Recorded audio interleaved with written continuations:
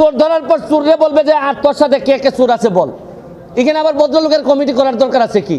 ধরেন অনেক বড় বড় কর্মকর্তা, এদের কথাবার্তা আমার শুনলে মনে হয় যে আরে এত ইনকম্পিটেন্ট একটা লোক ডিসি হয় কিভাবে, একটা ইনকম্পিটেন্ট একটা লোক ইয়নো হয় কিভাবে। আমি যখন দেখি তখন আমার হিসাব মিলে না।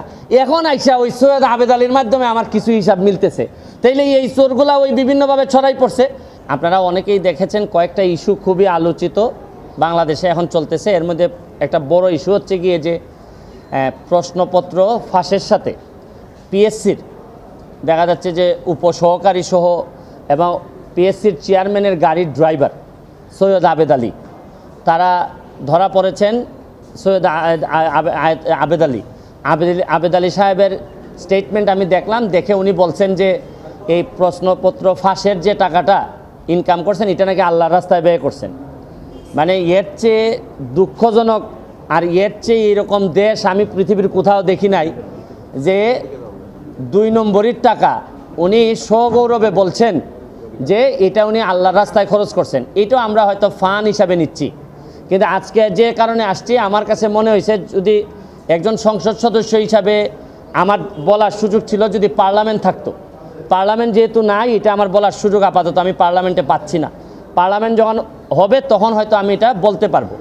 এখন আমি একজন ব্যারিস্টার হিসাবে আমার বিভিন্ন আইনগত ব্যবস্থা নেওয়ার সুযোগ আমার আছে। এখানে পিএসসির চেয়ারম্যান সাহেবের ড্রাইভার উনি প্রশ্নপত্র ফাঁসের সাথে জড়িত, এর মধ্যে উপসহকারীও আছেন। তো উনি ড্রাইভার থাকাকালীন সময়ে পিএসসির চেয়ারম্যান অনেকেই ছিলেন। তো এখন প্রশ্ন হচ্ছে গিয়ে যে পিএসসির চেয়ারম্যানরা যারা যারা ছিলেন তারা এই দায় এড়াইতে পারেন কিনা, তারা এটার সাথে যুক্ত ছিলেন কিনা। এখন আমার ড্রাইভার আমার যদি ব্যবসাপাতি করে অথবা ড্রাইভারের মাধ্যমে ওনারা টাকা নিয়েছেন কিনা এটা ভালোভাবে দেখতে হবে। কারণ ড্রাইভারে ধরার পর যদি এটা ধামাচাপা পড়ে যায়, আরে ড্রাইভার করছে, এটা বুঝেন না, হয় অনেক সময় এইগুলা বলে কিন্তু চাপা দেওয়ার একটা প্রক্রিয়া থাকতে পারে।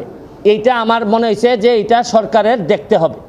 সেকেন্ড হচ্ছে গিয়ে যে কারণে আমি মেইনলি আমার কাছে মনে হয়েছে যে এই প্রশ্নপত্র ফাঁসের কারণে সেই 33তম বিসিএস থেকে না 33তম বিসিএস থেকে 46 পর্যন্ত এই পর্যন্ত উনার মাধ্যমে অনেকেই সরকারি চাকরি পেয়েছেন, বিসিএস কর্মকর্তা হয়েছেন এই প্রশ্নপত্র ফাঁস করার মধ্য দিয়া। তাইলে উনি যেহেতু ধরা পড়েছেন, তাইলে এখন যারা তদন্ত করতেছেন তাদের মেইন কাজ হবে এই প্রশ্নপত্র ফাঁসের মধ্য দিয়া এই চোর এই চোরগুলা যারা প্রশাসনের বিভিন্ন জায়গায় বিসিএস কর্মকর্তা বা বিভিন্ন হিসাবে বসে আছে তাদেরকে ত্বরিত তাদের নাম সবার সামনে নিয়ে আসতে হবে এবং এদের বিরুদ্ধে ব্যবস্থা গ্রহণ করতে হবে। আমিও তো বলি মাঝে মধ্যে অনেক সরকারি কর্মকর্তা, ইভেন ডিসি ধরেন অনেক বড় বড় কর্মকর্তা, এদের কথাবার্তা আমার শুনলে মনে হয় যে আরে এত ইনকম্পিটেন্ট একটা লোক ডিসি হয় কিভাবে, একটা ইনকম্পিটেন্ট একটা লোক ইয়নো হয় কিভাবে। আমি যখন দেখি তখন আমার হিসাব মিলে না। এখন আইসা ওই সৈয়দ আবেদ আলীর মাধ্যমে আমার কিছু হিসাব মিলতেছে। তাইলে এই চোরগুলা ওই বিভিন্নভাবে ছড়াই পড়ছে। শুনেন, যুদ্ধাপরাধী মানবতা বিরোধী অপরাধীরা যে যে জায়গায় থাকে আমরা খুঁজে বের করি, এদেরকে দায়িত্ব দেই না। এদের সেই এই চোরগুলা কি কোনো অংশে কম? এরা সারা জীবন দেশটারে লুটটা খাবে। আরে এই আবেদ আলী তো চলে যাচ্ছে, আবেদ আলীর তো আর কোনো অসুবিধা নাই, যা বানানোর বানাই ফেলছে। আর এই যে আপনার ডাসার উপজেলা চেয়ারম্যান প্রার্থী হয়েছিল, আল্লাহ বাঁচাইছে ডাসার মানুষের, যে এই যে মাদারীপুর না এটা, হ্যাঁ এই কালকিনি না তো আবার কালকিনির পাশে, যাই কালকিনিও তো বিখ্যাত বিভিন্ন কারণে। এই ডাসার উপজেলার মানুষ বাচ্চা যে তারে মানে পাস করায় নাই না, ও চাচ্ছিল করে নাই নাকি, ও আচ্ছা নমিনেশন পায় নাই, ও নির্বাচন হয় নাই। তো যাই তার কাছে যে মেকানিজম ছিল তাতে আল্লাহ মাহবুদ জানে হয়তো নির্বাচন হলে পাসও করে যেত।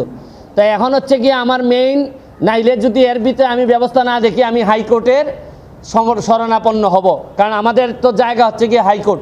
যদি এই ব্যাপারে ব্যবস্থা গ্রহণ না করা হয়, কার কার আমলে এই ড্রাইভার সাহেব ছিলেন পিএসসির চেয়ারম্যান, তাদের এইটার দায়িত্ব আছে কিনা, তারা এটার সাথে জড়িত কিনা। এরপর হচ্ছে গিয়ে এই প্রশ্নপত্র ফাঁসের ঘটনায় কারা কারা অবৈধ সন্তান হিসাবে প্রশাসনে জন্মগ্রহণ করছেন এবং জন্মগ্রহণ করে এখন বিভিন্নভাবে দলীয় তকমা লাগাইয়া ভালো ভালো অবস্থানে আছেন, এইটা আনতে হবে। শুনেন, কোটার জন্য আন্দোলন করে ছাত্ররা, সারা বাংলাদেশের মানুষ কোটার জন্য আন্দোলন করতেছে, কিন্তু এরা কি জানে যে সবচেয়ে বড় কোটা তো হচ্ছে গিয়ে চোর কোটা। এই প্রশ্নপত্র ফাঁসের কোটা, এরা ধরেন অন্যান্য কোটা, মুক্তিযোদ্ধা কোটা, এগুলো নিয়ে আন্দোলন করতেছে, এগুলো নিয়ে আমি বলবো না, এটা আলাদা হিসাব। কিন্তু জানে না, এরা যদি জানতো যে সবচেয়ে বড় চোর দুর্নীতিবাজ কোটাটা হচ্ছে গিয়ে বাংলাদেশের বড় কোটা, এই কোটার বিরুদ্ধে আন্দোলন করলে সব জিনিস সুবিধা আমরা পাইতাম। কিন্তু এইটা আমি পরে হয়তো আরেকদিন বলবো। তবে এখন আমার বক্তব্য হচ্ছে স্পষ্ট, এদের বিরুদ্ধে কারা কারা প্রশাসনে আছেন তাদেরকে বের করে তাদেরকে আইনের আওতায় নিয়ে আসা হবে, নাইলে এই দায় সারা জীবন বাংলাদেশের বয়ে বেড়াতে হবে। আমি একজন এমপি হিসাবে, একজন ব্যারিস্টার হিসাবে আমি মনে করি এটা জাতির সামনে নিয়ে আসা আমার দায়িত্ব। আপনাদের মাধ্যমে আমি এটা ছড়াই দিতে চাই এবং আমি দেখতে চাই যে কি ব্যবস্থা গ্রহণ করছেন। নাইলে আমি মাননীয় প্রধানমন্ত্রীর কাছে প্রয়োজনে যাব, মাননীয় চিফ জাস্টিসের কাছে যাব, কারণ এইভাবে একটা দেশ চলতে পারে না। কমিটি করলেই মনে করলেন যে ধামাচাপা দেওয়ার জন্য একটা প্রক্রিয়া শুরু হইলো। আরে কমিটির কি কাজ? চোর ধরছে পুলিশ, চোর ধরার পর চোররে বলবে যে আর তোর সাথে কে কে চোর আছে বল। এখানে আবার ভদ্রলোকের কমিটি করার দরকার আছে কি? পিএসসি হোক, টিএসসি হোক, যত এসসি হোক না কেন, চোর যারে যারে বলবে এই জায়গায় পুলিশ যাবে। এখানের মধ্যে এই তদন্ত কমিটি করা মানে একটু আস্তে, এর মানে হজম করার জন্য একটু টাইম নেওয়া। এগুলো আমার অভিজ্ঞতা থেকে বললাম। চেয়ারম্যান বলছে, এই চেয়ারম্যানের আন্ডারে ড্রাইভার ছিল না? সাদিক সাহেবের আন্ডারে ছিল।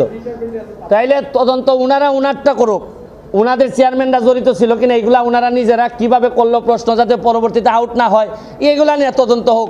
পিএসসি কিভাবে নিজে প্রোটেক্টেড হবে এইটার জন্য তদন্ত কমিটি করে তারা তাদের প্রোটেকশন বাড়াক। কিন্তু এর আগে কারা কারা চোর ছিল, দুর্নীতিবাজ ছিল, বাটপার ছিল, এগুলা বের হয়ে আসা জরুরি সবচেয়ে বেশি। আমি এটার জন্য আলাদাভাবে কোটার বিষয়ে আমি আলাদাভাবে বলবো, কারণ প্রতিটা মানুষেরই এক একটা আন্দোলন থাকে। আমার কাছে তো আমি বললাম, আমি সবচেয়ে বড় কোটা যেটা এই যে দুর্নীতির কোটা, এইটার মাধ্যমে যে কি পরিমাণ লোক চলে যাচ্ছে ক্ষমতায়, এদেরকে আটকানোই হবে আমার বড় চ্যালেঞ্জ। আমি এই বিষয়ে আমি পরবর্তীতে আমি